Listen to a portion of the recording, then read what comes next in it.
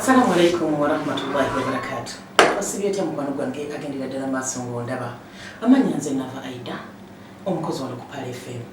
Njagala okutegeeza nti PEARL FM ate ebiisa ekipya. Bulijjo weekiri naye ate kuno kigenda kubeera kyanjawulo.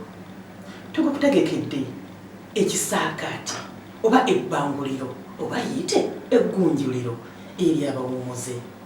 Muzadde munnange, okimanyi nti omwana wo buli lwatambula n'akuvaako n'agenda n'alabako ku bantu abalala n'akyusako ku kifo n'entegeera ye eyinegeri gy'ekyukamu.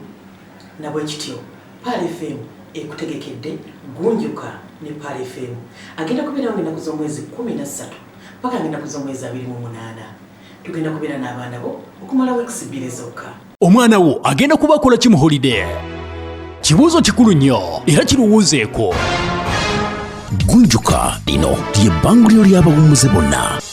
Gunjuka ne Pearl Africa Radio akomyewo nate okuva ng'ennaku z'omwezi 13 December paka nga 28 December 2025 ku Zainabu Campus of Landing Site ku Mityana Road mu tawuni y'e Kisammula nga wakava e Buloba nga tubangula omwana wo ali wakati w'emyaka 10 paka ku myaka 18 mu nneeyisa, eddiini, enkola y'emirimu, okuwa abantu ekitiibwa n'obukodyo obugenda okumufuula omuntu ow'omugaso.